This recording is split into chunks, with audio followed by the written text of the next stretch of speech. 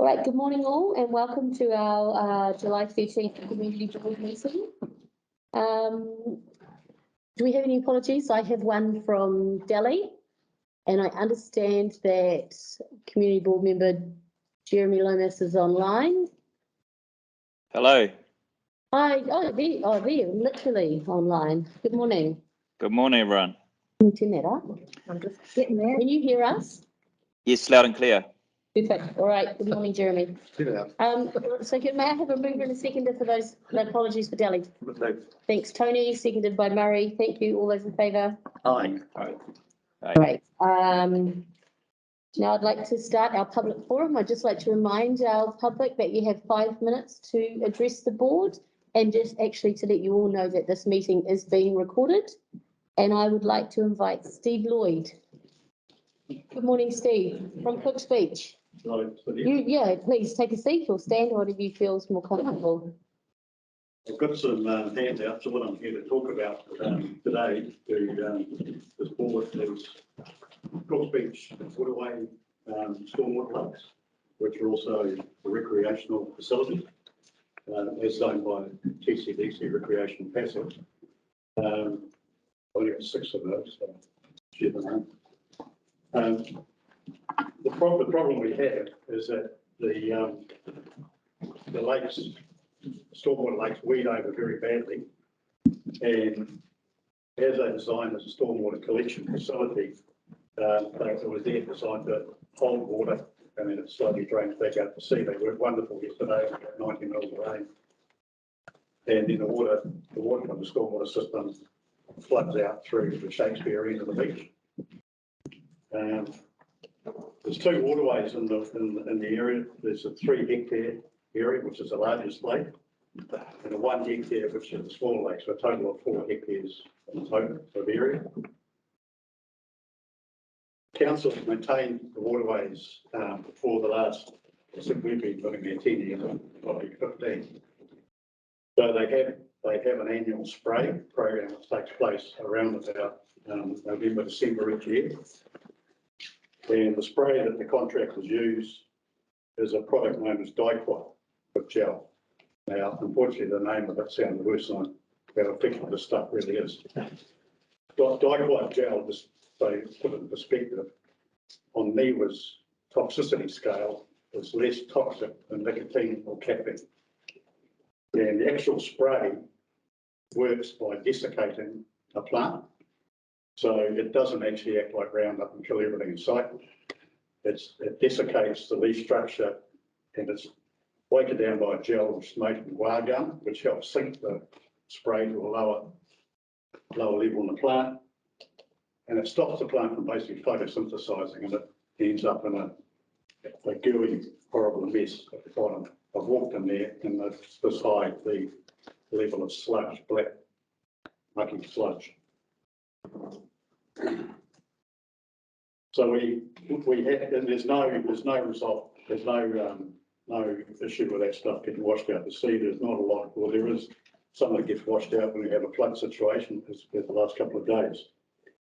And we're getting regrowth with low water levels during the summer, and hot temperatures again, the water warms up and the weed just takes off. An example was that the lakes were sprayed November, December 2021, late last year.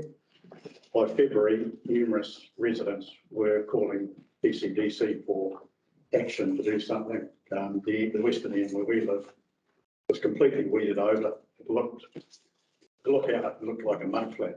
It was so thick the weed that even the waves with a good wind on wouldn't ruffle it. As far as we can identify, the pest weed appears to be a Whanganui-A-Hei crispus. Now, I'm not a scientist, but that's what I was being told it could well be, which is a desired aquarium plant native to Sri Lanka, so we're not talking about a native here. And it's found its way into New Zealand freshwater ponds and lakes. The only alternative, this is advised to us by TCDC people and teams, the only alternative to spraying, according to TCDC teams, is mechanical harvesting, which I understand is a short-term expensive operation and not considered by council staff to buy a watch. It's a bit like mowing your lawns. chop the stuff down and it just comes back. So, and the third option is why the reason I'm here is stopping the waterway with grass cut. No gasps. These fish are herbivores, should not be confused with the unwanted pest, which is koi carp. We've all heard of koi carp, and I think it's a bit like plaster-clad building is a leaky building in everyone's eyes. Everyone thinks of carp, they think of the worst case. Grass carp only eat weeds, so they're totally herbivores, and algae, and the stock's similar to how a dairy farmer places cows. In other words, there's a company that supplies these fish, should anyone go ahead and do it. And the company actually assesses the area and it stocks that accordingly, but like a farmer does with cows, so they don't put 500 cows on 10 acres sort of stuff. The carp cannot breed in New Zealand. There's a breeding program by this company called. Sorry? 1 minute left. Well, you can read all about that. I thought I was going to quick. Okay, I'll cut to the chase. The fish can't breed in fresh water. In New Zealand waters, they're bred sterile, and they can't survive in the sea. I've done a cost comparison of spraying versus carp, and the cost comparison is really interesting. It's on the second, if you turn over the other page, it's on the back page of it. Now, I have to stress that cost comparison is my back of the envelope calculation. I'm a long run contractor. I've checked out what the spray's worth and the gel, 4 men who would come over and do it, and I've come up with a total cost. Now that cost, you guys can find out pretty obviously what the cost is. I don't have that information. Council probably does a better deal, but I would be guessing not much change at 10 grand for spray, which doesn't work or ineffective. The other cost is the supplying fish. I've had that figure from New Zealand Waterways. The fish aren't cheap, it costs about $80. So for a 25% weed infestation, you need about 100 fish, which is a similar number to dollar-wise to what it costs to spray. And the fish are one-off. They can live 15 to 20 years, they just go about their business. And you don't have to worry about getting contractors back annually or in the middle of the season. Many residents, the bulk of the residents, and I've got a selection here that are very supportive of this idea. A few people have raised questions. We have a couple of birds, the little grebes, which is on there. But according to the New Zealand Waterways people, the fish enhance that. They're actually bottom feeders and filter feeders. They eat algae. When the algal bloom comes up, which it did, the ducks were nibbling on that. And the bloom was knocking ducks over left, right, centre. The fish eat all that stuff. And then on the last, there's a summary page here which has got the organisations that are already dealing with this company that supply the fish. They're widely used in Tauranga, around the lakes, Tauriko. Over the page, that's a screenshot of a country calendar. Please look up on YouTube, where this company features on stocking a pond and how they work. And some of the examples of where this is being used, Royal Palm Beach down in Papamala. What's not on there is Millbrook. They've got 13 lakes in Millbrook they stock. And he's just told me recently that he's got grass carp in Whanganui lakes, golf course at Whanganui, which is a private thing, they can do private. And he's also talking to Matarangi golf course. So really all I'm asking is that proposing this suggestion, if it's I think from what the gentlemen behind me here all support it, there's quite a good selection of the council, the residents. Come along here and just ask you people if it's something you could push forward to the appropriate department and teams that do a due diligence or whatever. But certainly the cost the cost saving that has got to be explored, I'd say, from ratepayers' point of view. Yeah, we're talking like probably 80 grand for 10 years of spraying, whereas at probably 8 or 9,000 for fish. Thank you. Thank you. Were there any questions for Steve? That's very good. No, it's really, yeah, very. I was going to say, these have been around a long time, these fish. I know they're very much on the Hurricane Plains 30 years ago. Yeah. Got a lot of information about there that. Oh, yeah, I just sort of make this an awareness thing, that's more than anything. I mean, DOC has to approve. New Zealand Water Restoration is the company that breeds the fish. They have to go to DOC. DOC will come and inspect the waterway to make sure there's no confliction with anything else in there. And then they, through MPI, has to issue the permit through DOC to stop these things. And the only other thing, infrastructure-wise, I mentioned there, we need to block off the spillway from the main lake. These, not to stop the fish escaping per se, but to protect the investments. You don't want these fish getting into the sea. Yeah. And also the outlet drains would need to have grills over. So, All right, thank you. Screen on that. screen, yeah. Okay. All right, thank you.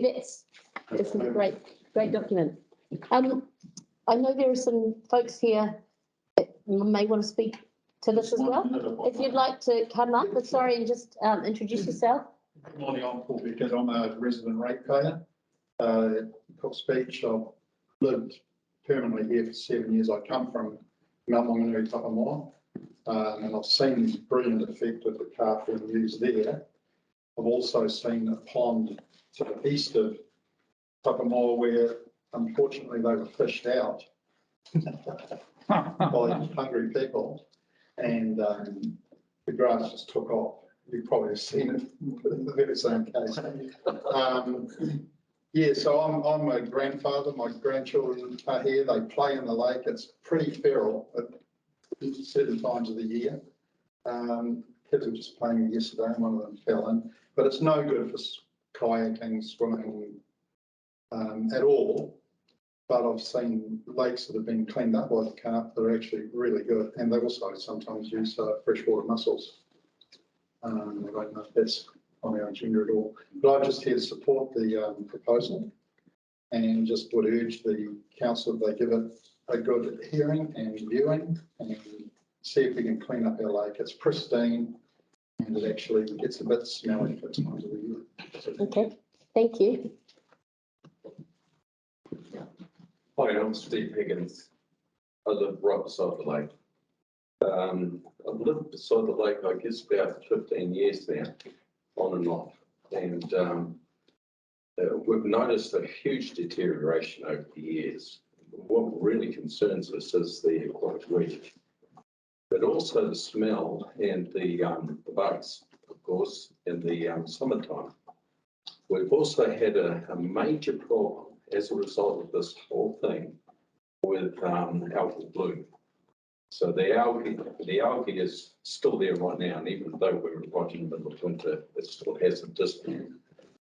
And so we started off years ago. We used to have probably 70, 80 ducks, and we have no ducks. They've all died. I remember 1 year, 2 years ago, I picked up about 20 myself around the side of the lake, and I just gave one just the other day to bird rescue. So they're dying. Everything's dying in this lake. So we would love to see some action where instead we just keep killing everything, we do something to protect it, make a facility that our children and our grandchildren can enjoy. Thank you. Thanks. Thanks, Steve. Anyone else? No, you're okay? All right, thank you. I'd now like to ask Mercury to join us. Just to add to the Cook's Beach people, there's a great thing on YouTube called Permaculture Ponds, and it helps you with setting up food for not just the dragonflies and the bugs, but ducks and stuff that can all cohabitate. So it's called Permaculture Ponds on YouTube. I'm here to just talk about three things. The first thing is thank you guys for giving us 10 fruit trees for Whanganui-A-Hei Park. I know it was a struggle for us. I've just come from there. We've managed to plant those 10 fruit trees and a few of the community came, and we want to just say thank you from the birds, the bees, the butterflies, as well as us humans. Thank you, because that's a bit of land that can be used for fruit. And for the people like the community food banks, for the people like Bellyful, and especially for the Monday meals. In 5 to 10 years' time, there's going to be actually fruit, hopefully, hanging off those trees, and kids will be slinging off them as well, hopefully. Kia ora koutou, my name is Nera, and I also am a resident of Whanganui-A-Hei Park Road. I'm here because Vodafone has proposed a tower at 239 South Highway West. We don't want another tower there. We've already got a tower there, and we feel that it's an eyesore. There's a few residents that are struggling with different stages of cancer as well, and the evidence from overseas, especially in Austria, they've said 2-story homes are experiencing depression, and that's the latest research from Austria. There's research that's just come out of Melbourne that said that a telecommunications tower that was above a residential area, 8 people of the top story received brain tumours, miraculously 8 people. And also there is the fact that it's an eyesore. It's devaluing my property and my neighbour's property, and that's from speaking to the real estate agents, as well as there are 2 nesting pairs of bitterns, which are nearly pretty wiped out in New Zealand, and we're a nation of bird lovers, and we live on a coastal area that backs onto a coastal area, and there are 2 nesting bitterns. We've got numerous grey herons, and they are nesting in the tallest trees that the waterways haven't cut down yet. We have got also, if you look at the trees that are directly behind the current Spark Tower, they are really, really stressed out. They are turning yellow now, and they're not coping well with the radio waves, the electromagnetic waves that are coming off those towers. So I managed to get a few signatures, and we know that the land doesn't belong to you guys, but we do know it belongs to Environment Waikato. So I'd like to take a copy of all of these signatures to Environment Waikato to say, please, can you stop another ugly tall tower coming so close to residents? We were under the understanding that they need to be at least 2 kilometres away from residential areas, and we were surprised and not even notified with the one that Richard Vedder put up behind his workplace. So I know it's probably not in your jurisdiction, but we really would like you to push for love and compassion are necessities, not luxuries. And to quote Gandhi, you must not lose faith in humanity. Sorry, I'm an emotional person. Humanity is an ocean. If a few drops of the ocean are dirty, the ocean does not become dirty, Mahatma Gandhi. And the last thing I want to say, to deny people their human rights is to challenge their very humanity, from like without Nelson Mandela. So that's from the residents here at Whanganui-A-Hei Park. Not only Whanganui-A-Hei Park, but Lady Jocelyn, they don't want to have one.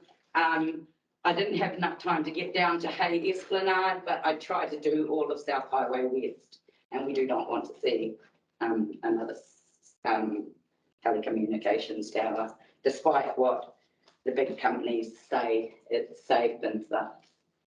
Thank you.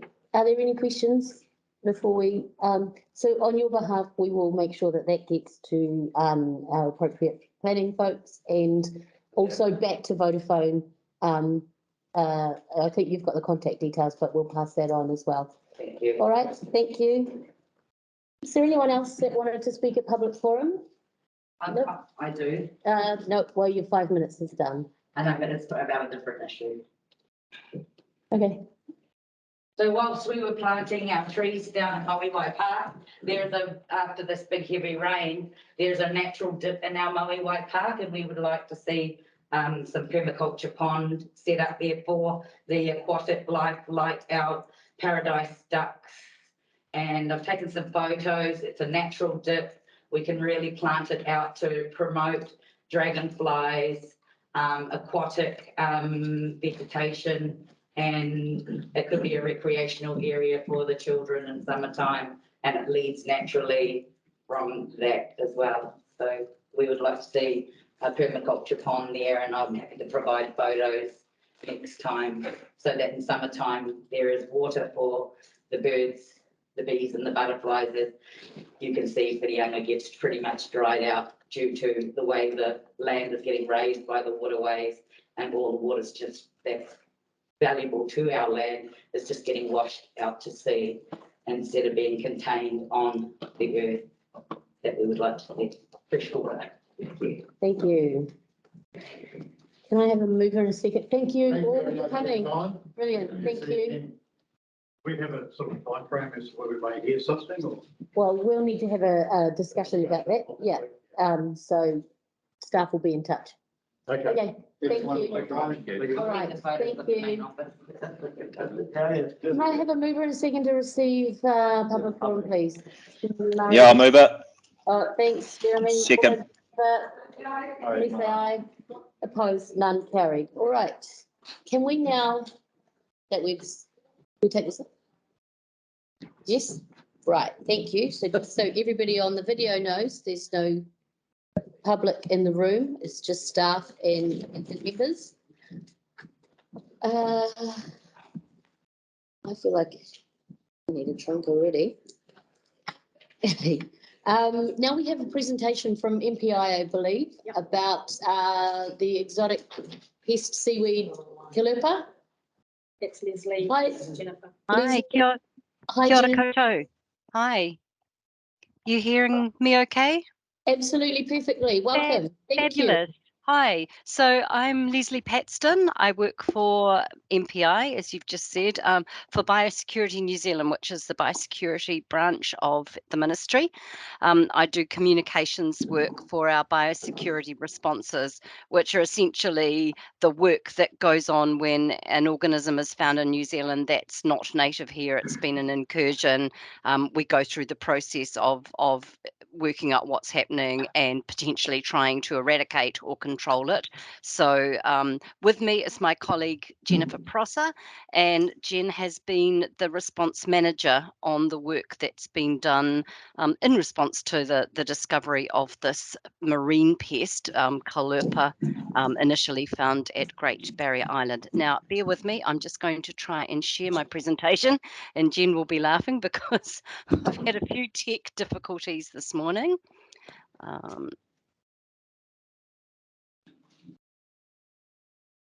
Are we seeing that? Yeah, that's perfect.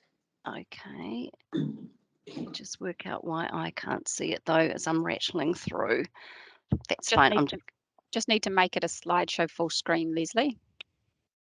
Thank you. I just did that, but it obviously. Aha. Right, we're in business. Excellent. That's working for you guys. Right, okay.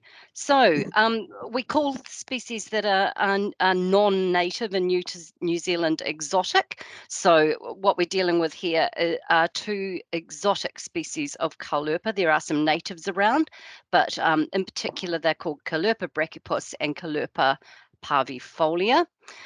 Both of these species have been found at Great Barrier Island, and just the Calliope parvifolia has been found in your neck of the woods off the western coastline of Great Mercury Island. They both look identical. They have similar potential impacts, and both of them are native to the Indo-Pacific region. We suspect that they probably both came here as one incursion, like caught up in potentially like an anchor chain or some equipment on a vessel. When that vessel is then anchored, both of them have been able to establish.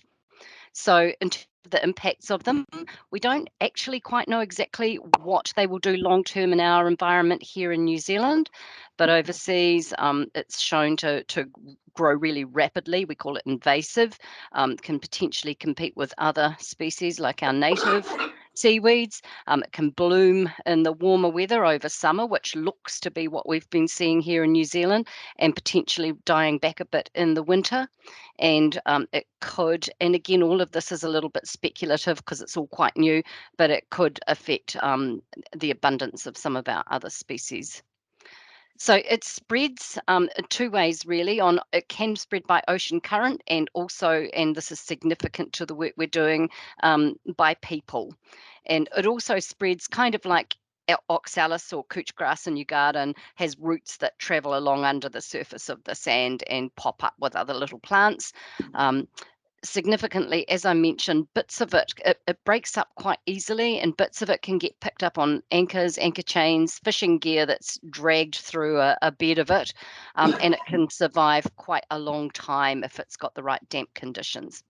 So looking at where it could get to in New Zealand, you can see essentially you're right smack bang in the ideal conditions for it. So all that upper North Island area, it grows in quite deep water down to 38 metres.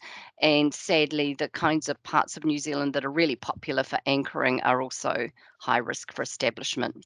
So just quickly looking back at how this all started, about this time last year, it was picked up by a member of the public in Blind Bay, one of the bays out at Aotea, and formally identified as Caulerpa brachypus. One good message out of this is that our biosecurity system is really, really reliant on members of the public noticing things that are actually different to what they normally see in an area, and calling it through. And later in this quick presentation, you'll see our number and how you can go about reporting things that look a bit weird. So the response, I've explained kind of what a response is. We mounted a formal response once we knew what this thing was, and once we'd done all the risk analysis and realised that it could potentially have some quite significant impacts here. So and these are quickly the aims of the response: to reduce the risk of it spreading, to minimise any impacts that it will have, and also enhance the mana of the local mana whenua and all of the partners in the response. So initially we did some dive surveillance at the beginning of a response. This is what we will do, is try and scope up exactly what the situation is that we're dealing with and how big it is.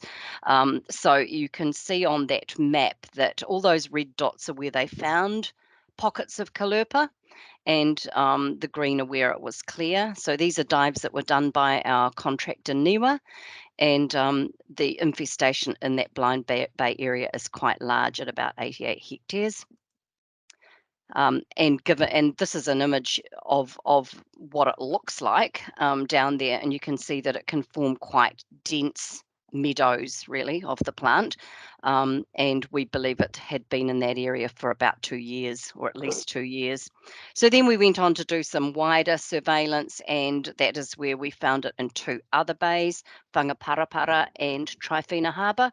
And in Whangaparapara, we actually found that second species, the Caulerpa parvifolia. That's the one that has subsequently been found out at Great Mercury. These populations are also quite large. So what did we do? We put in, initially, while we are trying to work out what we're going to do long term, we put, you may have heard this term, a controlled area notice over those 3 areas. This is a piece of legal restrictions under the Biosecurity Act, and basically you can't fish in those areas. And if you're going to take a vessel in there, you have to have a permit to anchor, because that's going to require you to clean your anchor and chain before you leave. And mana whenua placed a rahui in the same areas.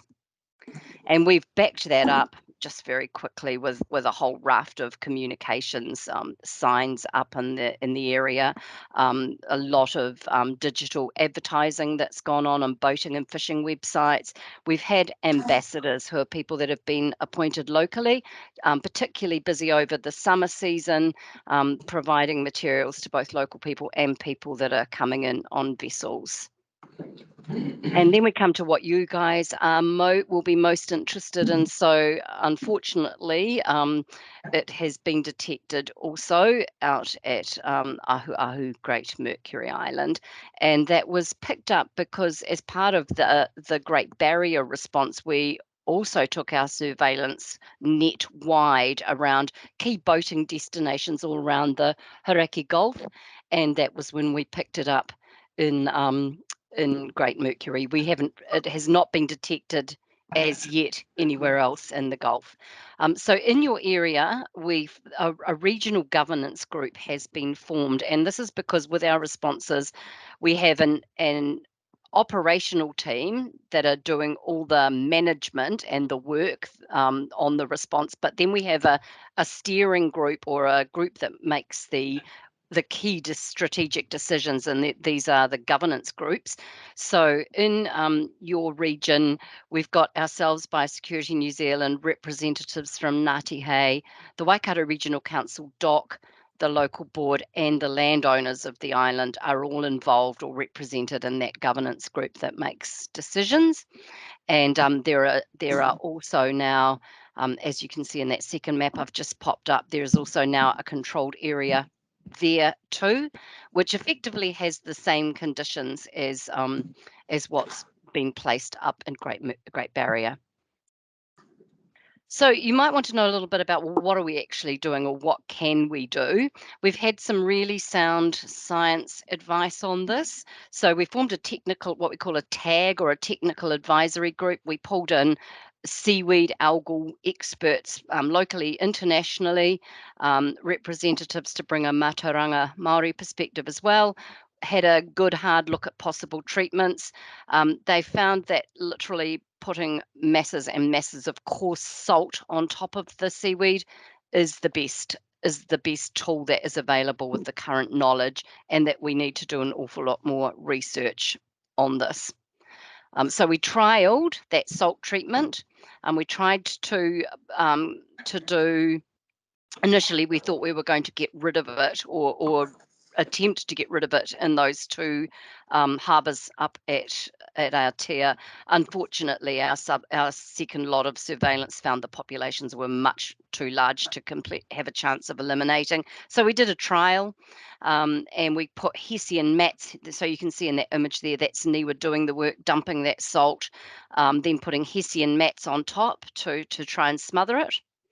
And the results, we've done regular checking of the site since December, and we've collected samples and had a really good look at what's happened. And basically, it's produced a scorched earth effect. It's got rid of it, and only in those areas that we had the salt and the hessian. But this plant is very hardy, I guess you'd say, and it grew back on top of the hessian, and as soon as we took the hessian away, it basically reinvaded the bare seafloor. So what is this all telling us? Basically, eradication's not really at this point in time with the size of the populations we've got out there and the tools that are available. It's just not going to be possible. So what our governance groups are now looking at, and our scientists and all the people involved in this operation, is a longer term program to contain it effectively, to prevent further spread. At the moment, they're considering extending the CAN, as I described it, the controlled area notice, potentially for a couple of years. Again, I'd like to stress that there are no decisions made, so I'm just giving you a bit of an indication of where this may well go. Enhanced comms and awareness, and it may be that what takes place here is what we call like a behaviour change program, similar to what you might be familiar with check, clean, dry, focusing on vessel maintenance, on good boating biosecurity behaviours, and really investing in getting that information out to boating and fishing communities. We might look at revising the ambassador program that we've got out at Great Barrier, looking at potentially having a similar local representation in your region. And that would also include developing local capability. We'll carry on doing surveillance because obviously we need to know whether things are working. We may still look at treatment if we've got very small localized detections. Obviously, there's research and pathway management, which is again more on work between councils and local authorities and communities, etc., to actually address the ways these things spread rather than the pest themselves, if that makes sense. So we produce an email newsletter every time there's something significant to update on this that goes out to subscribers. So if you would like to be added to that database and receive these, you can email us at kalerpa@mpi.government.nz. Likewise, if you've got further questions that you may have about this same email address, that's our liaison address, and someone will get back to you. And so that is it for me. I'm just going to go out of this and go out of sharing. And yeah, that is Kalerpa I think it was probably a little bit more than 5 minutes, but a nutshell. Thank you, Leslie. And I understand, and I know a date hasn't been set, but MPI are looking to come to Whitianga to do an information evening. Yes, that is correct. So, yep, definitely. There's not a date set at this point in time. We did do an initial one, but there were some, I don't want to there were basically some communication breakdowns. It was not widely promoted in the community. And so we then did an online one, which I pushed out quite a lot of messaging on that. So we have got a lot of local people, some of the key local marine businesses, the marinas and the waterways communities, etc., are on our mailing list. So people have been invited to an online one that we did, similar to what I've just rattled through, but with a little bit more detail. But yes, in short, yes, there is a plan to return to Whitianga and do a local meeting there. Perfect, thank you. Just before we go, are there any questions of Leslie? Oh, Tony's got one. You mentioned that it doesn't support basically finfish for invertebrates. What about crustaceans and like shellfish? What's the impact on them? Do you have an answer to that, Jen? Just to follow up on what Leslie said, we don't have a huge amount of knowledge in the area, hence the reason why we're pushing a research portion of this long-term project. So I can't give you an answer, but we could suspect that it would displace them just because of the nature of it, the smothering nature of the species.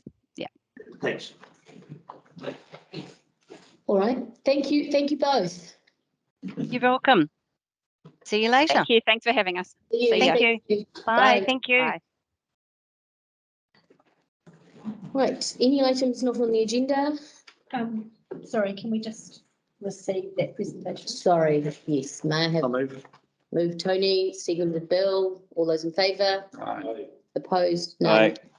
Thanks, Jeremy. Any items not on the agenda? None. Any conflicts of interest? None. Okay, item 1.7, which is our minutes for confirmation on page 5. Might have a mover and a seconder, please. Move Tony, seconded. No, Bill, thank you. Any comments? All those in favour, please say aye. Aye. Opposed? None. Carried. Oh, you were, that's right, you weren't. I was looking at you. Thank you, very quiet. Was quiet. Right, item 2.1 is our correspondence report. Good morning, Heather. Good morning, board. I'll take it as read because there was no correspondence, but I do need to draw your attention to the 3 items of correspondence that have come in since that report was written. You've received them all electronically. That was the one from Waikato Regional Council, just acknowledging the submission to their amendment to the their long-term plan. There was another one that was for the annual plan, just again because we put in a submission to the annual plan, the council one, and also the information that Nera provided, the petition that she provided earlier. And Okay, that's all that I had. thank you. Anyone want no discussion on that? No, so did we move in second through correspondence report? Have we Oh, moved it? sorry, Rebecca, just one thing.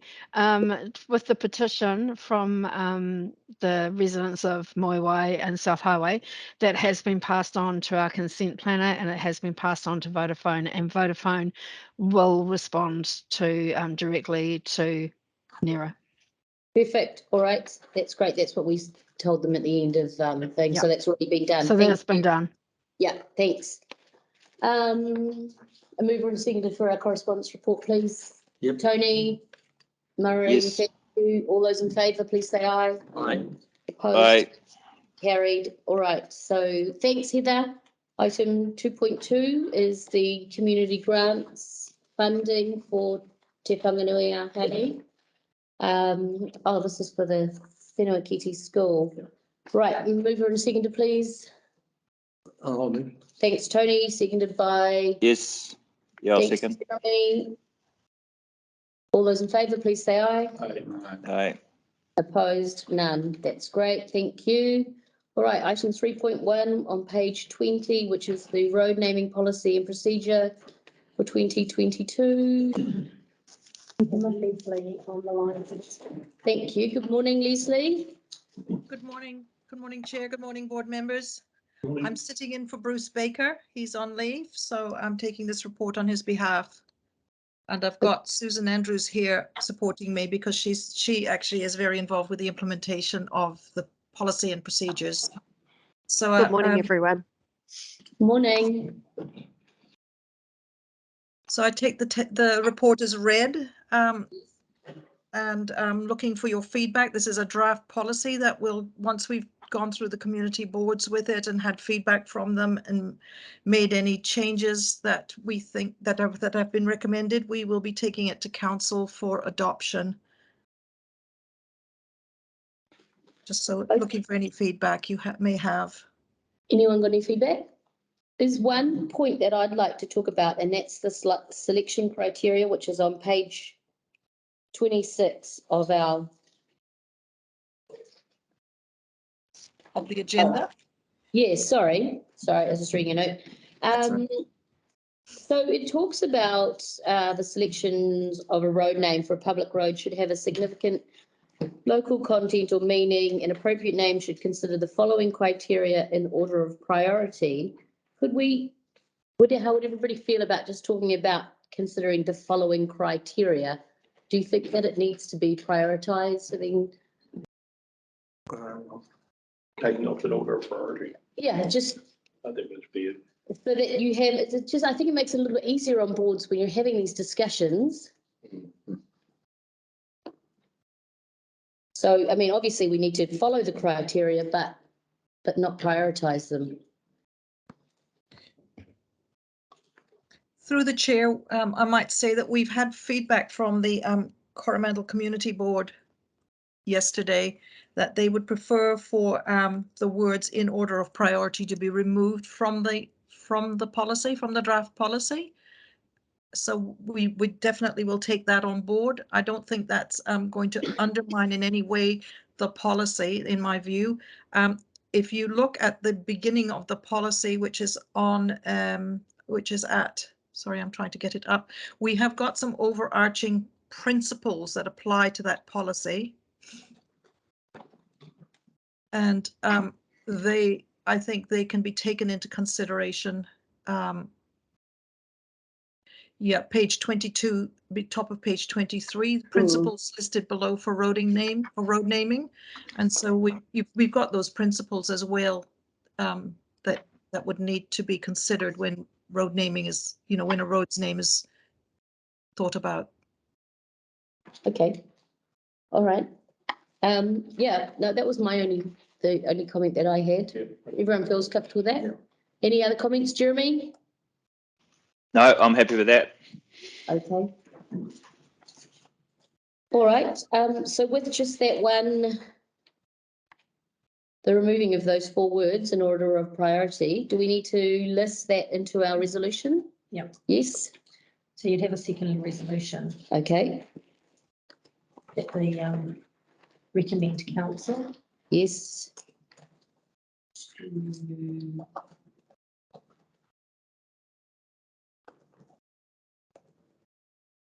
Leslie, what do you want me to word? Recommend to council to not include the words in order of priority. Under the selection Under criteria. the selection criteria, under the preamble to the selection criteria. Yep.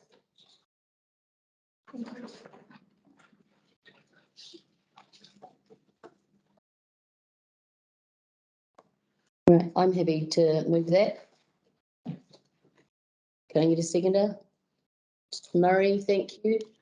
All those in favour, please say aye. Aye. Aye. Opposed, none, that's carried. Thank you, Leslie, and thank you, Jane Andrews. Thank you. Thank you very much. Thanks. Now, All right, so that takes us to item 4.1, which is our work program on page 28. May I have a mover and a seconder to receive a report, please?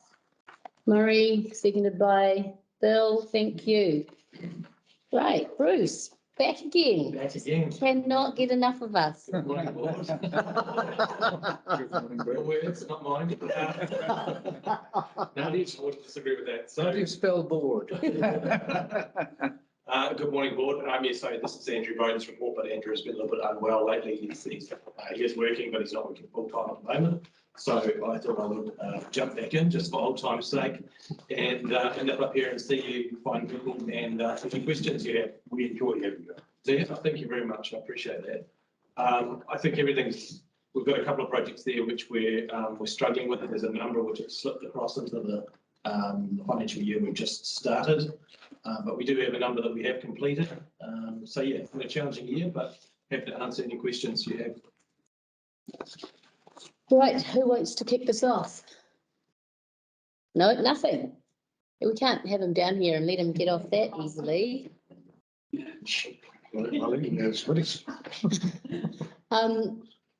Matarangi Playground, Yes, looks good. it's Matarangi Playground is fantastic. Yeah. I mentioned my members report, but it was significantly well used from the minute it was put together. Oh, that's And fantastic. I was out there early and I was astounded at how many people were there and astounded at how many come from Whitianga to go out there. Oh, brilliant. So Oh, that's good. That is good. it's really like it. It's the notes I was given. Look, I'm taking that off to Tanya and her team have done there, but yeah, that hamster wheel. I thought, what a great bloody thing to send your kids on. Half an hour on that, and no sleeping pills required. It's pretty good. Yeah, good to hear. It's very good. Yeah, that's good. Yeah, those things make a big difference. They actually mean a lot, you know. Yes. You see them and see all the kids on and you realise it's a The only thing I'd add to that is the common comment when I was out there was security cameras. Right. Yes. Because we all know that we have a social issue out there at certain times of the year. And this thing is of a really high standard. And so the people say, God, let's hope that we just don't have these wayward, whoever they are, come in and vandalise something which, you know, is such an asset to their community. And so my response was, well, as a community board, I think we are all on the same page about security cameras. And I can only express where I am, which is not a board position. So I'd be happy to take all the grant money out and put it into cameras, no matter where they go, as a way of getting some up and going. But yeah, it'd be bloody dreadful to think that thing got vandalised. And given what happens out there at a regular basis, I could just about put money on it that it will be vandalised.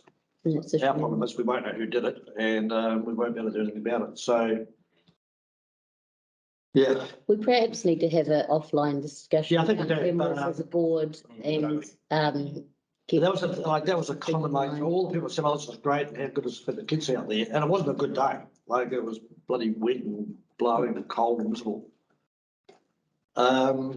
But that was probably the most common theme was, now we've got this. The only other one was from a resident who said, I didn't know that bloody hamster wheel was going to be quite so big. Because I could really, it's very in front of my face now and I'll get my window, but Oh, that's a shame. it's like Harry Carlton. Harry soon. Well, I'll be out there soon, no doubt, so I'll Yeah. get to have a look. Yeah, no, it's good. Okay, that's good. I did have one question, and that was around Sheriff Block. And, you know, we had some parcels of land that were going to be sort of allocated to motocross and equestrian and things like that. Are they able to access that space? Have we handed that land over to them, or how does that work? Yeah, I think there was more discussion required by the board and Alan, my learned colleague over here, might jump in. But yeah, I don't recall we actually kind of took that all the way through into a position where we were starting to open it up, but I could be wrong. Yeah, no, in the might have better updates than me, but where I was left, I was last involved was that those groups needed to go away and come back with their more detailed proposals. Right. They need to go through a whole process of leasing and resource consents. Yeah, of course, but I just wondered if that was in train. I don't know if Heather's got an update on whether they've come back with their Heather, more detailed proposals. Yeah, hi Heather. Hi. I have spoken quite recently. So no, the simple answer is that no, we're not at that point yet. So I have spoken recently to Rob Davis from the Speedway, and he's very keen to make sure that we still know that they're there. They do have to go through a resource consent process. But Bruce, that's something that I need to talk to your team about offline, because we're still looking at the piece of land where the gum trees are, which is slightly sort of separate to the Sheriff Block. The motocross people have found at the moment another location out on a farm at Mill Creek. They haven't sort of relinquished their idea at this point, but they're certainly successfully working at Mill Creek and looking at how that will look for the future. Other than that, nobody has come back with any sort of detailed request or response, and I think we're away from that until the basic build, if you like, is done. You know, like the land work that's being done at the moment, the development of it. Right, okay. I think it No, I was, think land they were- was only in relation to the concert. Yeah, It not the had entire nothing block. to do with anything else. So I think it sounds like, through the chair, it sounds like we still need those more discussions to carry on. Yeah. Then we can work out what can happen, possibly could happen while that work's even being done, you know, obviously, because we know it's different land, but making sure that we're keeping the separation, and whether we actually get to that point before that work's finished. The immediate stuff, I don't know, but we can work through that, and Heather and I can catch up with my team regarding those, the concession type side of things, and also with the gum tree land. Yeah, that'd be perfect. Good. Thank you. That was all I had. Anything else? No, Jeremy? No, I don't have anything. Thank you. All right. Well, you got off very easy there. So all those, should I do a move? Yeah, all those in favour, please say aye. Aye. Aye. Opposed? None, carried. So that takes us to item 4.2, which is our shoreline management plan update. And we've got Jamie Boyle online. Jamie and Amon, or just Jamie? No, Amon's away, so Jamie's covering. Okay, all right. Can I have a mover and a second to receive the report? I move. Okay, Yeah, I will second. thanks. Right, good morning, Jamie. Hi there. Sorry, I got no video, but yeah, I'm just at home with COVID, so Oh, my. don't look too good. Dedicated to the job, all right. That's all right. Yeah. So for me, it's just a couple of things to highlight with those reports is that if you still want to provide some feedback, we can take those comments today and take them back to the coastal panels, or you can use the Coast email address for that feedback as well. Our last panel meeting where everyone gets together for the final time is on July the 27th. So the due date probably for all the feedback will be the 25th of July.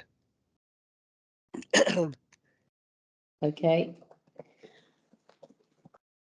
We probably need to have a chat about that as well. We can do that afterwards. All right, thank you. And was that's the only update?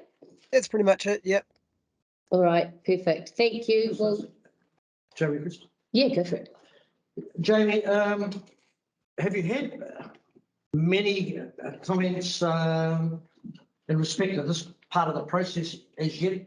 For my part, I think this has been exceptionally well canvassed, and by and large, each one of the panels have come to a pretty good place. I mean, I think they're all pretty happy, and I think they'll all realise that, you know, it'll be a moving feast potentially as well. But I'm just wondering, has there been any feedback, and if so, what sort of things have you had? Yeah, so the latest round of public meetings did provide quite a lot of feedback, and probably it was up there in terms of all the public meetings we've had as providing the most feedback. There's a few main points that we're going to discuss with the coastal panels on the 27th, and they're mostly around the four main areas: Thames, Whitianga, I think Tairua and Colville, if I'm correct. Yep. But it was mostly in line with what we're proposing. It's just really ironing out a few of the details, so nothing significant at this stage. I'm wondering, like, one of the things that came out from me, having been to a couple of them, sat through a lot of them, the final ones, that is people's just general lack of understanding and the claptrap that happens in small social circles. Like the comment, say, in Mercury Bay about the grass that we plant, saying that's the cause of it because the roots go down and that breaks up the sand. I say that is just an absolute crock, and I don't blame them for that because that's what they see. But I'm just wondering if some of these key things need to be better articulated through local media. So, you know, these grasses, it's not the roots that hold the sand together, it's the bit that grows on top of the root that catches the sand that actually builds the dune. And even here in Whitianga, I would say there's some very, very good examples of where these plants are working. There's some very good ones at Matarangi. I would say there are a number of very good success stories with this, but we get sort of shanghaied a bit by vocal groups who actually just don't actually understand themselves. And I just wonder if we can do more to help that. Yeah, we're definitely improving our comms on that sort of work. That's been increasing slowly over the last few years. So I'd say we're getting much better at it. You're always going to get people that disagree or don't read those comms. So it is. The comms, Jamie, comms going out on websites is one thing. But even me, I'll be glad when I don't have to really read them, because you're bombarded with a whole lot of stuff, and a lot of it's in bites. So it doesn't tell you much anyhow. As opposed to a picture in the front of the Informer of one of these plants explaining how it works for another group of people to see it, because most of the people I know that are in this, those are the bits of information that they look at. They don't go trolling over websites and emails and whatever else. Yes, there are people that do it, and there's a lot of people that do it, but what about even boards along the beach here that says, look, this planting, what are we trying to do? What will happen here? And actually explain the process, because there you are walking on the beach, you're seeing the work happen, you're seeing the example of at the little roundabout down by the Foursquare. They planted that, and I know because it was just around when I first came onto the board. And if you go and look at that little dune network that's established, you can actually see over the 6 years what's happened. Agreed. But it's like little information boards that sort of say, this is what we're trying to do. And do we have those? We do, through the chair. So that's why I was just thinking, I shouldn't say this because maybe they're there. And I haven't seen them. So there are boards that are, we did them in partnership with Coast Care, and it actually talks about what plants we use and why. So it's actually on the boards along the coast. Jamie, I know we worked with Tanya on those. Have they actually been, they are out there now, are they? Yeah, I think this is the first year we've started putting them up. They just take you through the process of how the planting process we get there and how it works. Okay. So, yeah. But I take your point, like people just sort of see the plants and go, well, they're not going to do anything, but they are working, you know, they've got great examples around the place. Can I just raise, one issue we have found, we used to have quite a lot of volunteers, and that's an issue we've really found this year, is that the volunteer numbers have decreased significantly. And that was a really good way where we were sharing that information, so it would get out to other people. So that's one of the big pushes that we are trying to do. And if you can also talk to your communities about that involvement, because as I say, that's really slipped this year. Yeah, I agree. Yeah, so for me, I've been part of this from day one. Yeah. And I've probably put as many plants as any other city anywhere around here. But even I've got discouraged because we put the plant in and we never controlled the bloody weeds that come into it. So there's a lot of things, like, for me, was a great attempt. But the bit that you really need, apart from stopping people walking over them and playing them after you plant them, is to keep them weed free. But we don't do that. And when we do it, the damage is done. And so when you've been out there, not once, not twice, not 3 times, but 6 times, and put the plant in the same bloody place, and you understand why it's not there when you go back again, you get to the end and say, well, really? So I just don't know. I just think, yeah, it's been a good project, and you know, because I came from concrete to plants. But yeah, I got discouraged like many people when I actually saw the plants disappear for something we could have done better. And yeah, if it wasn't for the beach care group, which come free, basically, to go and weed these things basically by hand, I don't know where we'd be. I would say, so I think we've got a responsibility, and whoever in the regional, if they've got any responsibility in this thing, for weed control, because it's only a case of someone going in and spraying. So I just think for me, it just needs to be looked at and more for more completeness for the project. But yeah, that's only my comment on that. Jamie, did you want to add anything else?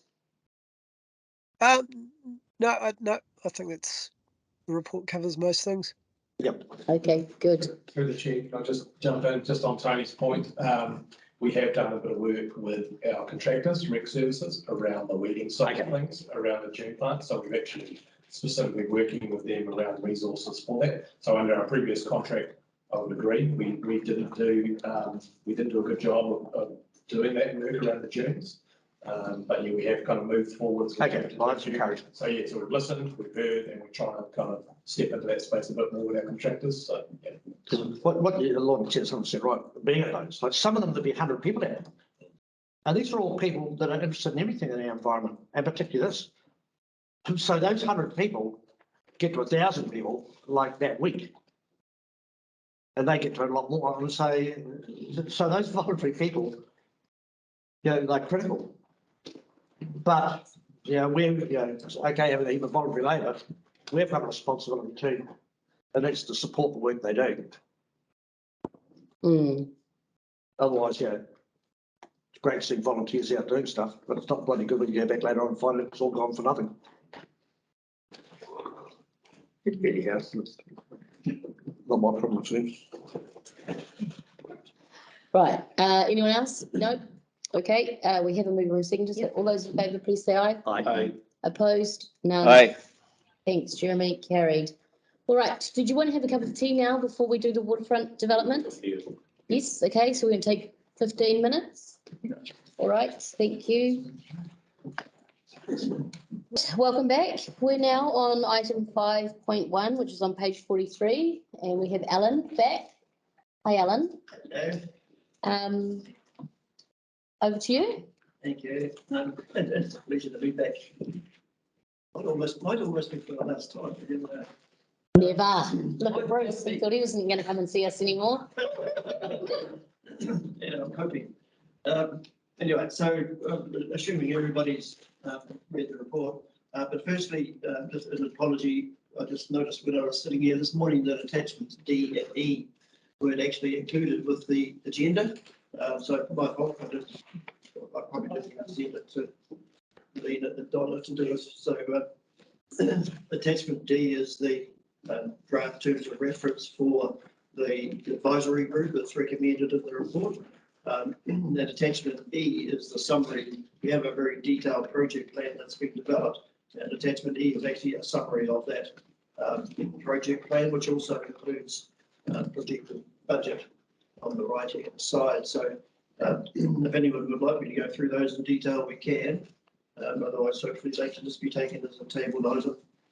But they are included in the recommendations that those two attachments be adopted as part of the recommendations. So we can interact with all those when we get to those part of the recommendations. So I don't think I need to go into any detail. Everybody's very familiar with this project, the history of it. It's all set out in detail in the comprehensive report and the other attachments. So if you're okay, Madam Chair, I'll just leave it there and answer any questions anybody has. Okay, no, I'm comfortable with that. Any questions? Stuart, back? Yep. No, I'm happy with it. Okay, Just one question I have. yep, go Bill. With regard to the present toilet area and the proximity to the boat ramp, I wasn't quite sure whether I figured out what was going to happen with that toilet. Is that to remain or? Well, that's up for grabs, because the whole basis of these recommendations is to take us back. Yes. And actually just review everything we've done and develop up a new plan going forward. So that's up for discussion. Certainly, a bottom line would be that a toilet facility would be needed somewhere in that area.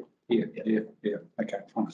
I think it's worth noting that it might appear to people watching that we haven't spent a lot of time on this.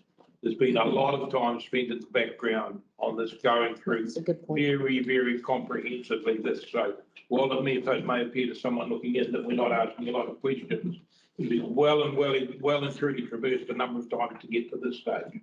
I think that's just worth noting to people watching in. And just to be from Bill's question, like the issue with the playground and the boat ramp is, two things that are really in conflict. But if the launching of the boats gets shifted, say to the, of course, the south end, and taken away from where it is, then there is no issue. And what Alan's just said, I agree. And the public toilet in the vicinity of the wharf and the people that walk and park and socialise to the playground would probably be in exactly the right place. But it may need another set of toilets somewhere else. And that's what the stepping back and taking a broader look will throw out. Perhaps just to follow up on Councillor McLean's point, so if people are looking at this, if you look at the comprehensive report from pages 9 right through to page 12, goes through the detail of the research and the work and everything that has been done to date. Background information to explain the extensive work that we have actually done on this whole thing leading up to this point. Yeah, that was a good summary to include, actually. And also the attachment B sets out the detail of all the work of the reports that have been done in the past. I will actually list it and set out in some detail in attachment B. Yeah, I'd also suggest that when the new community board is at this table, this is the sort of item that really probably needs like a detailed presentation to them, because it will by and large be a new board, and by and large not one on that board, the majority on that board will have no understanding of the work that's gone in behind this and what the bigger game is. So like this is not, wouldn't be a 5-minute once over, say here goes, one of the key projects that's on your table. This is the key project on your table. This is how we've got to where we are. All of because you don't want a new group of people looking at it and thinking, oh God, that's a dumb idea. We'll shift this from there to there, whatever. What's been done's been done, and they understand that. Otherwise, there's a high likelihood that this thing will get lost. Well, Yeah. been about 18 years in the making to get this far. So, yeah, so, and I'd go as far to say, that'll be the case with any of the key projects that are sitting in Mercury Bay. And some other things, I think there just needs to be time, like a day, like days probably set aside for briefing to bring people up to date. Just informal workshops to Yeah. catch everybody out. It's not as like we've had because, you know, there's been a lot of stability around this table now for 12 years. And so there's very few new people come on.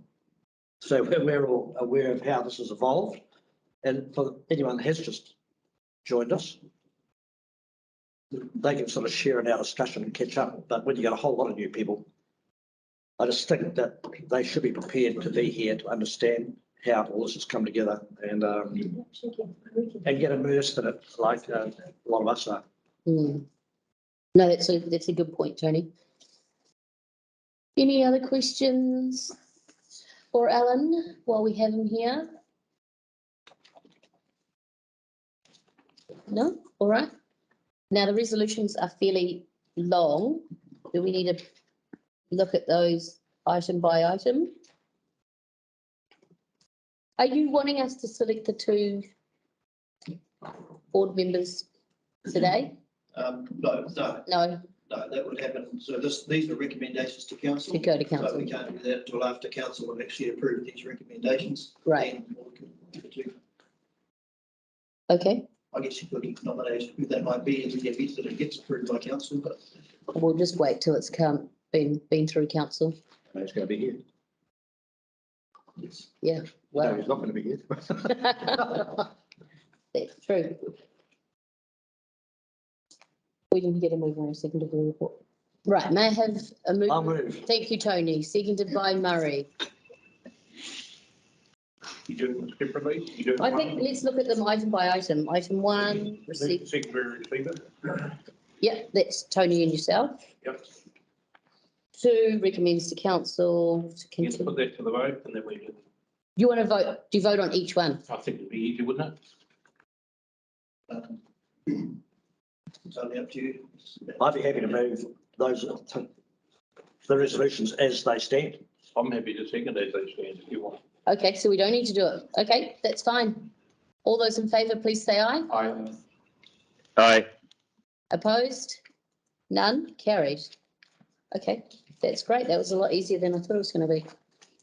All right, thank you, Alan. All right, thank you. Item 5.2, which is our action schedule.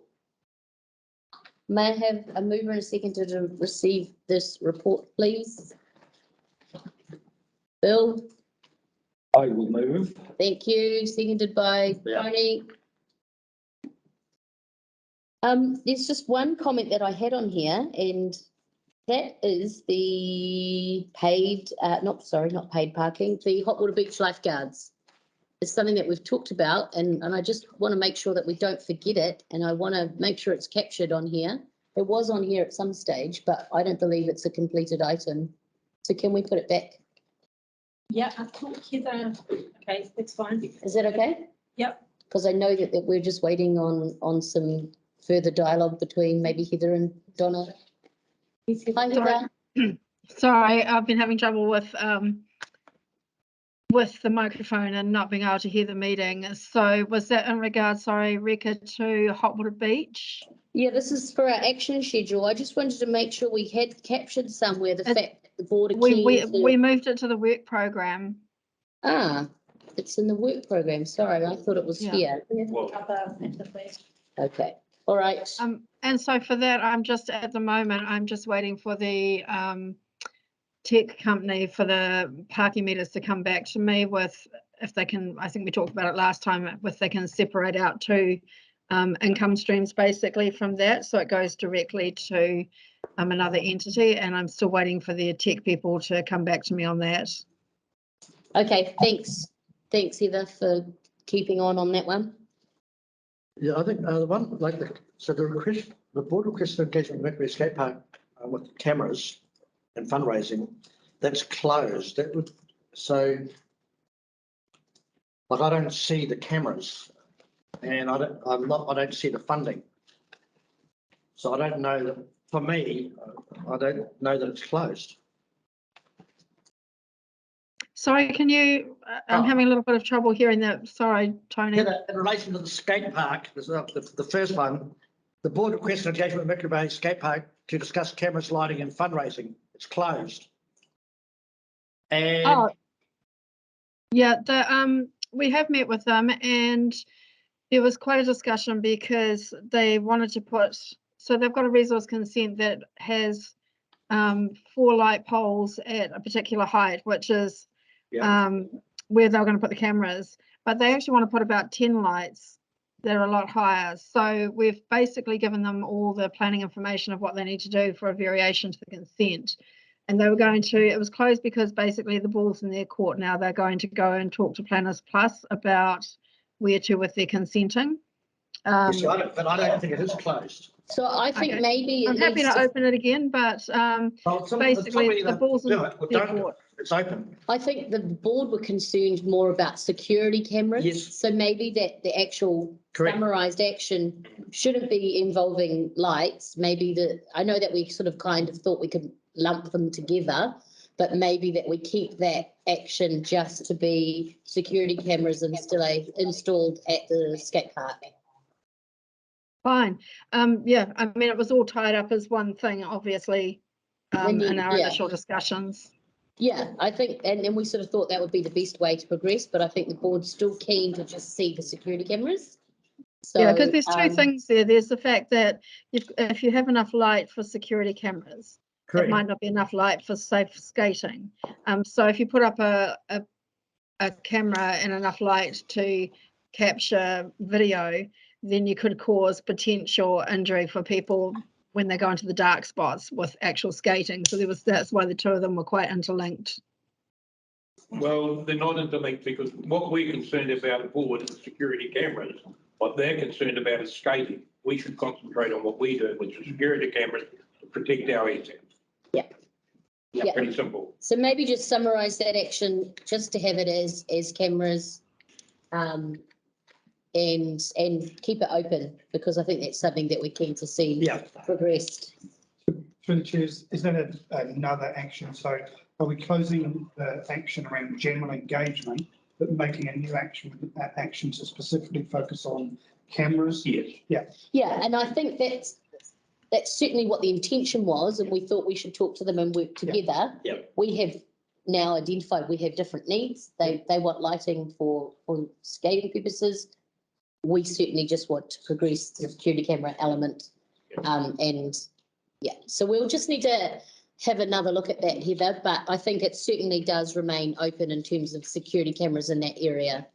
Okay, let's reword it then specifically and change. I'll change that with Donna later on, that it becomes more specific to cameras only. Yeah, okay, thank you. Can I bring it up about the one for Margaret Roberts and the gold card? Now, well, the theory. Now, that's beyond our control. WRC issue. Why don't we just close it? This has been one that's come up probably 5 times since I've been on the board. It comes up, everyone asks, it gets parked, then it comes up another 2 or 3 years. It's not TCDC's problem. So let's close it, not waste any more staff time and get on with life. Absolutely agree. Are you comfortable with that, Heather? Sure. Yep. Okay. Community investigating legal advice. So we are waiting for some feedback on this. Is that the action? Well, WRC won't subsidise it, such a non-issue. Okay, it's dead in the water. All right. And the other thing I was just contemplating was, do we need to capture the silver cup on here just so that it doesn't go away? Good idea. And we actually go back, get a little bit of a desktop exercise done. I agree, and I think we should look at I think this is excellent information. I know. I think that was a really good presentation. Yeah, but who provided that? That's the carp man, isn't it? Yeah, but we need to go away. I agree. Staff need to do a bit of work. But so I think even some of it should probably even go to council, because every waterway that we have potentially could be looked after in this manner. So they've already mentioned Matarangi, so we know that the retention ponds not protected, or retention ponds there, the lakes, they've got an issue. But when I look around, yeah, even this thing out here could be cleaned out probably a lot more with some other means. Mm. So I just think it is well worthy of getting into the district and for council to consider it, as well as, and then getting something put in the budget to go ahead and do it. Because what he raises, if we go and spray it every year, it's 10,000 a year, if his numbers are right. If we go and put the fish in, it's 10,000 once for 18 years. Yeah. If that is the answer. So it's definitely worthy of a discussion, given how many of these things that we've got around the place. Absolutely. You got that? Thank you. Was there anything else for the action schedule? Anything from you, Heather? Nope. No. Okay. All right. Mover and a seconder to receive the report. Thanks, Tony. Seconded by Bill. We already got it. Yeah, we have. Sorry, my brain stopped working today. All those in favour, please say aye. Aye.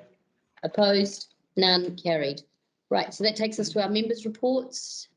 Who wants to start? Bill. I've just got one comment, and I'm momentarily lost it.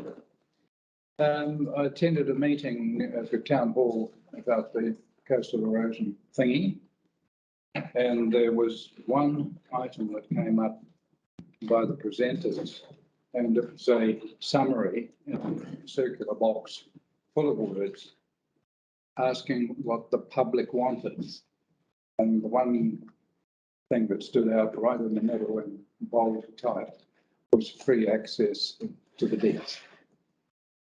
There was a feel in the room that they didn't like rocks. And my concern is that this seemed to be supported by the group. And it seems to me that sitting on your hands is a problem. Now, my concern is that by not providing some remediation, and the people who want access to the beach may find that the beach will come to them. And that worries me, because I get a feeling that the shore management team is not addressing the real problem. And that's just my view. Why they don't like rocks staggers me, because they work.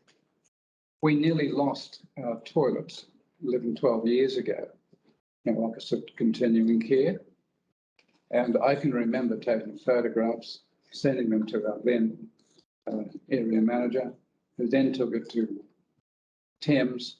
And Thames, one of the people down there, said, "Have these photographs been photoshopped?" And I'll never forget that. But within 24 hours, when I've spoken to people here, the trucks arrived with the rocks and the toilets were saved.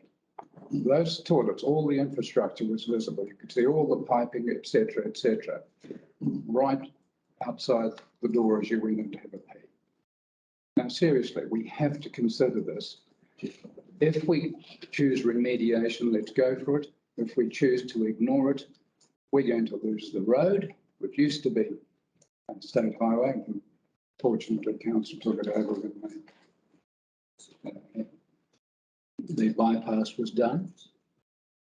I think about all those houses that are below sea level as you drive past trophies. There are some serious concerns. And I just get the feeling that we are not addressing the problem. The feeling at the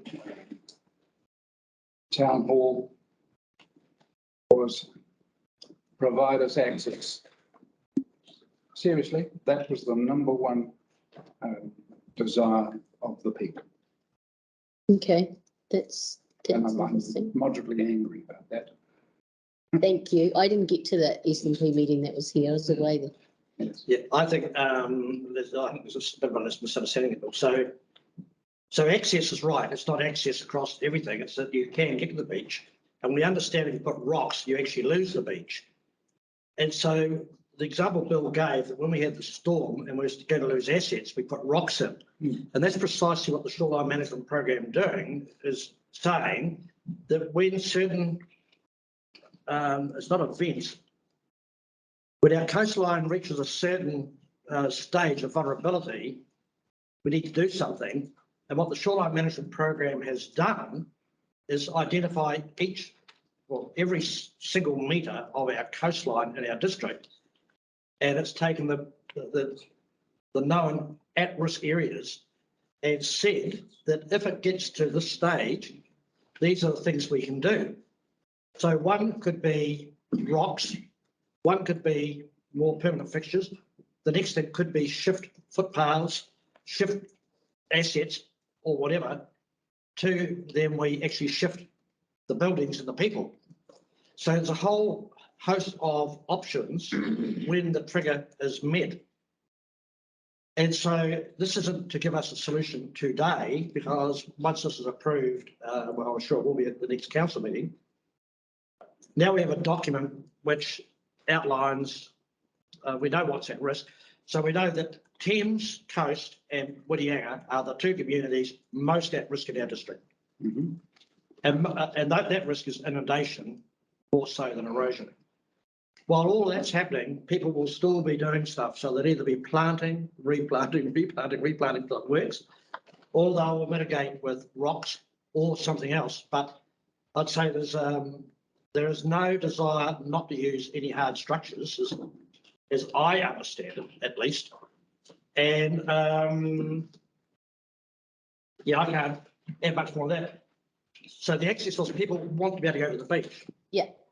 What we do know is if we cover the whole coastline in rocks, there will be no high tide beaches. So what we're trying to do is preserve what the Shoreline Management Plan has done is provide the options.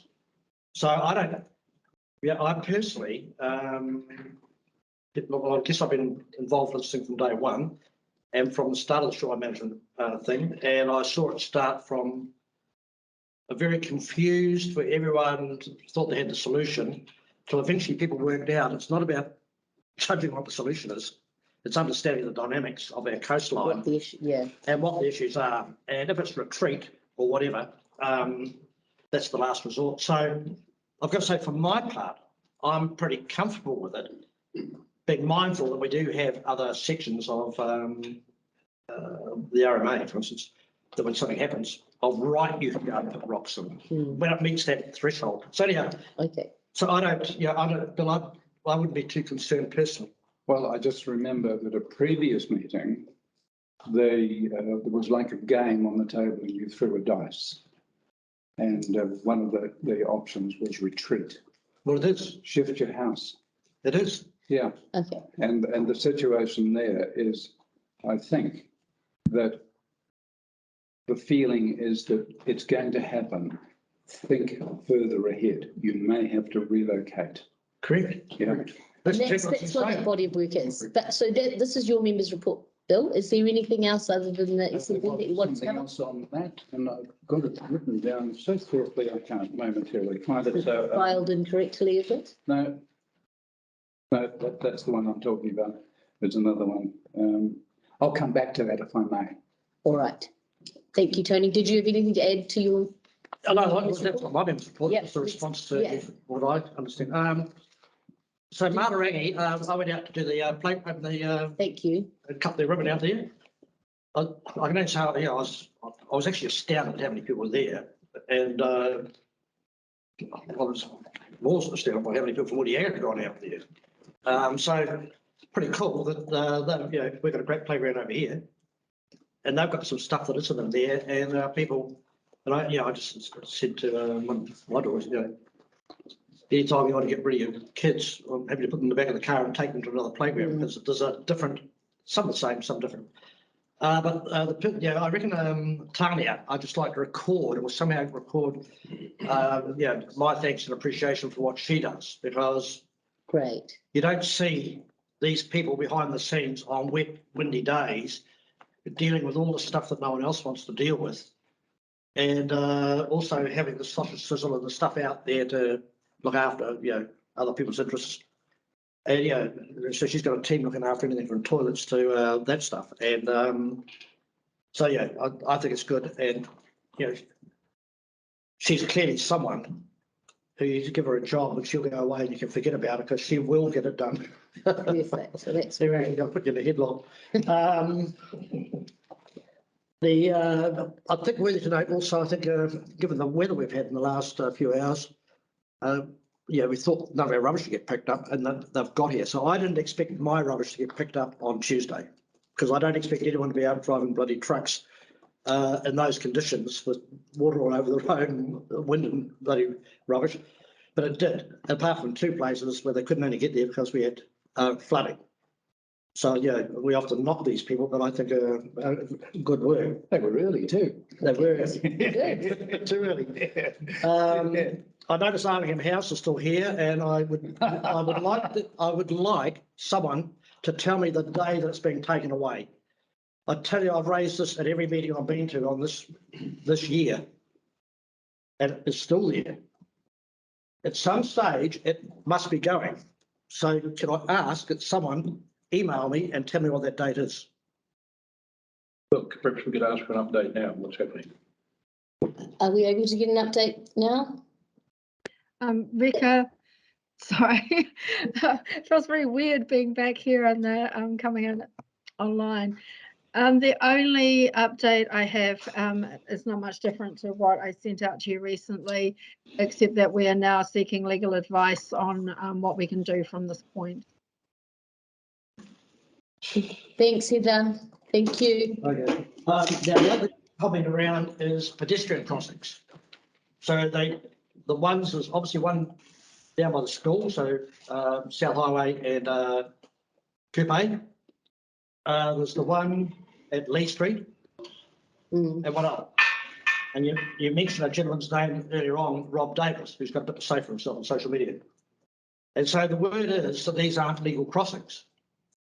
So what I'm asking for those crossings, can someone tell me that they are legal? And then I will be able to go to them and say you are wrong. And if you want to make your comments on social media, get your facts right. So I can't do that yet because I don't know that they're legal. So I'm asking, those 2 crossings, are they? And that'll do for me. Okay, thank you. Just one, we will come back to you. Just one comment note, which is wonderful. At the Masarangi Playground, they're going to put a table in a memorial for Paul Kelly. Yeah. A picnic table, which is nice. It's not in yet, but it is going in. So So that's really nice. Yeah. Public donations and which is the real estate through what's her name, Simone Parr. So that's really lovely. It is. Yeah, at that playground, that's really lovely. We will come back to you. I'm going to go finish all, and then we're going to come back. Sure. I've really got nothing to report, but just to comment on Bill, what Bill said. If anyone wants to know the effect of solid structures, go and have a look at Brophy's Beach, where that beach has completely changed. And I'd love to see some figures, but I reckon it's dropped 900 to a metre in most places. It's become very, very flat. Solid structures are not the answer. And I've learned that over the time I've been here. But I think it's the only comment I make.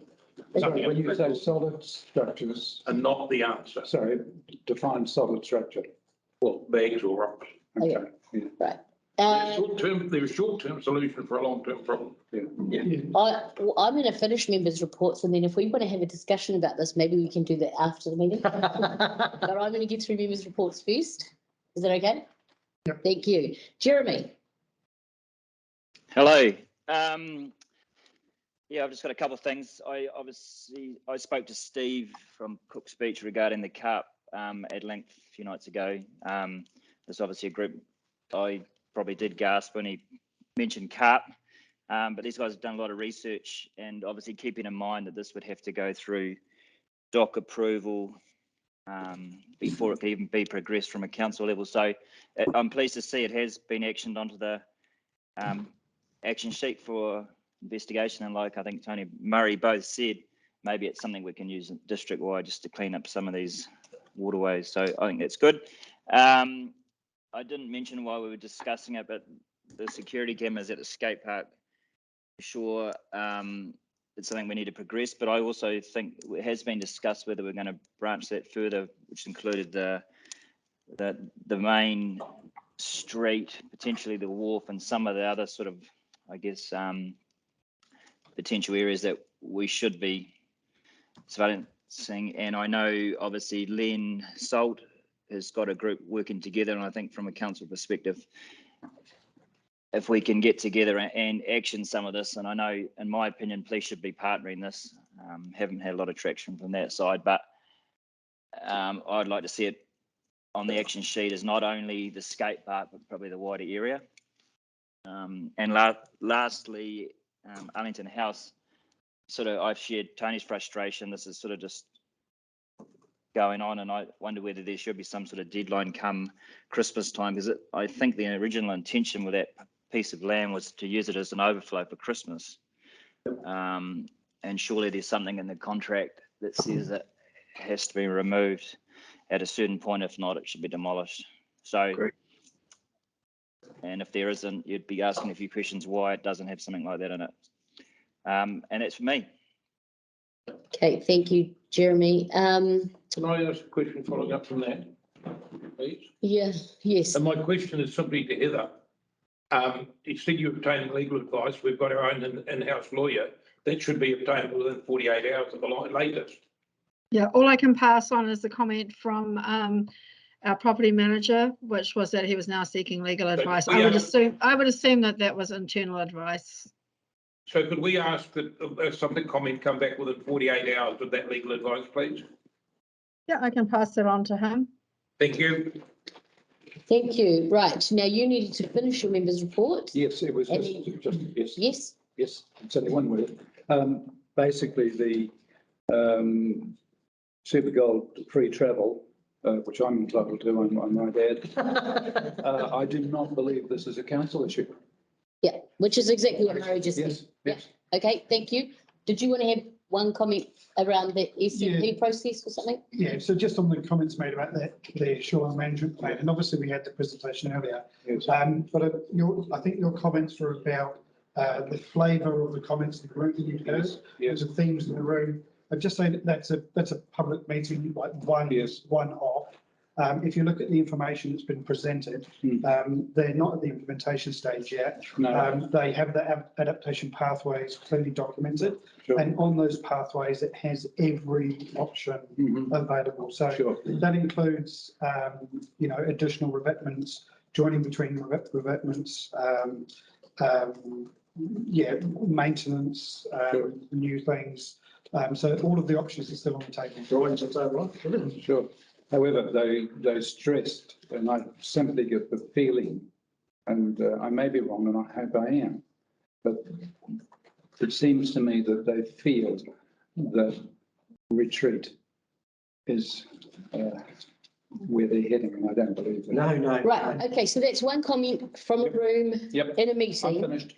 Thank you for that. Can I have a move and a second to receive our members' report? I'll certainly do it. Thank you, Tony. I'll second it. Jeremy, well done. Me. My brain's not working. No, nothing from me. I completely support Jeremy's comment to put on the action schedule security cameras, and it should be a wider one. And we need to, as a board, have a conversation about that. Keeps coming up. So that's it from me. All those in favour, please say aye. Opposed? None. Carried. So that takes us to public excluded. Can I have a mover and a seconder? Yes, thank you, Murray. Seconded by Bill.